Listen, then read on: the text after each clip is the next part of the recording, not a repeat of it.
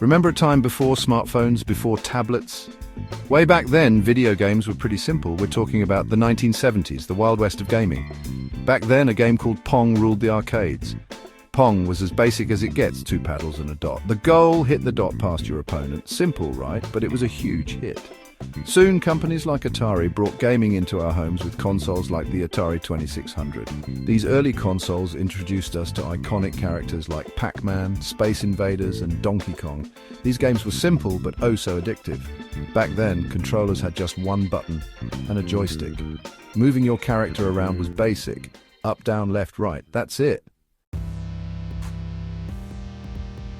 As technology improved, so did gaming. Games became more complex, and we needed better ways to control the action. Enter the D-pad, that cross-shaped button pad we all know and love. The D-pad gave us more precise movements, walking, running, even jumping.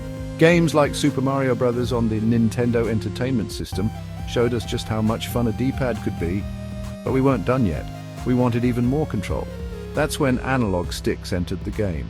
These little joysticks, like the ones on the original PlayStation, gave us 360 degrees of movement.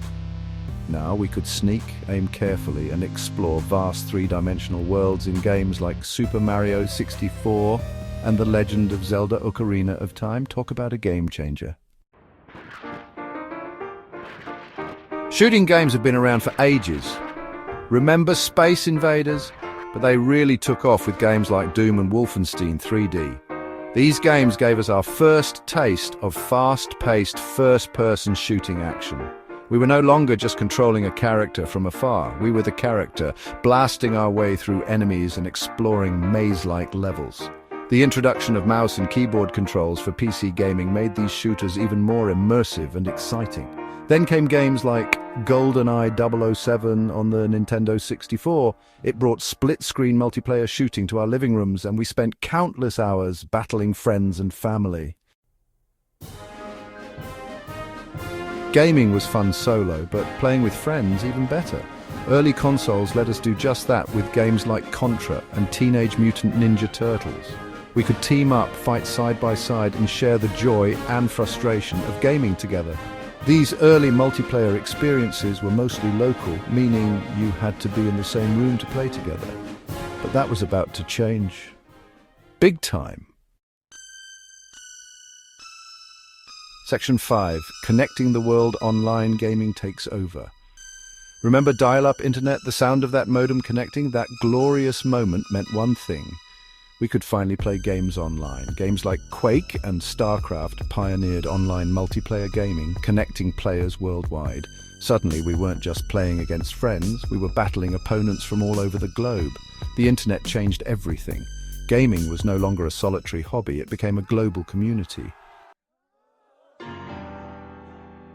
Section 6, from couch co-op to esports gaming, gets serious. Online gaming wasn't just about having fun, it was about competition. As online gaming grew, so did the skill level of players. We started seeing incredible feats of gaming prowess, and a new breed of gamer emerged, the esports athlete. Games like StarCraft, Counter-Strike, and League of Legends became global phenomena, with huge tournaments, massive prize pools, and millions of fans tuning in to watch the best of the best battle it out. Gaming was officially a spectator sport. Section 7, a world of possibilities, virtual reality and beyond. Remember those clunky VR headsets from the 90s? They're back, and they're better than ever. Virtual reality, or VR, gaming is all about immersing yourself in the game world. Imagine strapping on a headset and being transported to a fantasy world, a distant planet, or even inside your favorite video game. VR gaming is still evolving, but it's already changing the way we play and experience games. Section 8, the future of fun. What's next for gaming?